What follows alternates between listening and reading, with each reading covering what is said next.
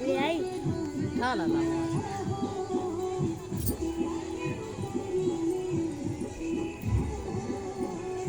Flower अंता हुआ ना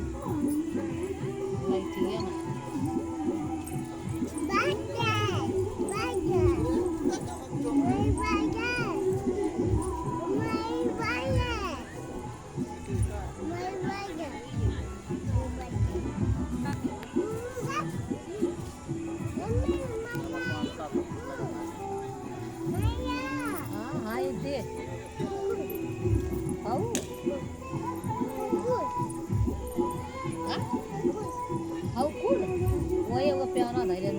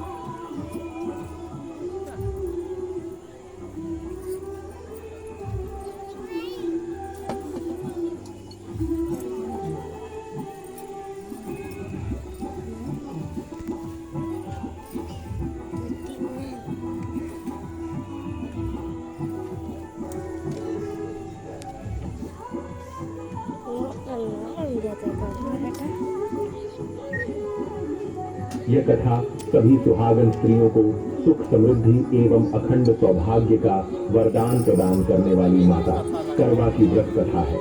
इस पवित्र कथा को जो भी सुहागन स्त्री सच्चे मन से श्रवण करती है उसके सुहाग की लंबी आयु होती है और पति पत्नी के बीच रिश्ता मजबूत होता है। प्रिय माताओं बहनों, यह कथा भगवान शिव जी ने माता पार्वती को सुनाई थी। वही कथा आज हम आप सभी को सुनाने जा रहे हैं। इस कथा को आधा अधूरा छोड़कर जाने की गलती मत करना, अन्यथा आपको पाप लगेगा।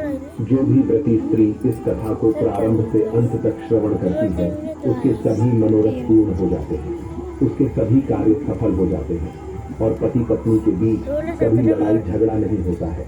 घर में गरीबी और दरिद्रता नहीं आती, शत्रुओं का न आगमन होता है। इसलिए आप इस कथा को पूरा सुने। मित्रों, मैं जगत के संचालक भगवान श्री हरि विष्णु से हाथ जोड़कर प्रार्थना करता हूँ कि जो भी श्रोतागण इस पवित्र कथा को सुन रहे हैं आप उनके सभी मनोरथ पूरे कर देना और उन पर सदैव अपनी कृपा दृष्टि बनाए रखना। तो चलिए आपका ज्यादा समय नष्ट न करते हुए कथा प्रारंभ करते हैं। मित्रों, एक दिन भगवान शिव जी कैलाश पर्वत पर बैठे हुए थे।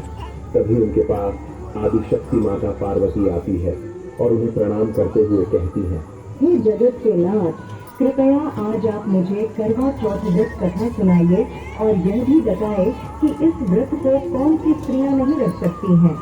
हे प्रभु, मैं आपके मुख से इस पवित्र कथा को सुनने के लिए उत्सुक हूँ। माता पार्वती की यह बात सुनकर भगवान शिव जी मुस्कुराते हुए कहते हैं, हे देवी, आज आपने बहुत ही उत्तम प्रश्न किया है। आज मैं आपको एक बहुत ही सुंदर और पौराणिक कथा सुनाने जा रहा हूँ। मित्रों, कथा सुनाते हुए भगवान शिव जी कहते हैं, हे देवी, प्राचीन काल में सगमीरा नाम की एक नदी बहती थी। उस नदी के पास पालनपुर नाम का एक अत्यंत ही सुंदर राज्य था। उस राज्य में चारों तरफ सुख शांति थी। उसी राज्य में एक धनवान सेठ रहता था। वह बहुत ही धर्मात्मा था। वह प्रतिदिन गरीबों को दान पुण्य किया करता था। ईश्वर की कृपा से उसके घर में किसी चीज की कोई कमी नहीं थी। मित्रों, उस धनवान सेठ के 7 बेटे और एक बेटी थी। बेटी का नाम आंचल था। आंचल घर में सबसे छोटी थी। इसलिए उसके सभी भाई उससे बहुत प्रेम करते थे, उसका बहुत ध्यान रखते थे। धीरे धीरे इसी प्रकार खेलते कूदते हुए समय बीतता गया और आंचल बड़ी हो गई। फिर एक दिन शेख ने अपने सभी बेटों को अपने पास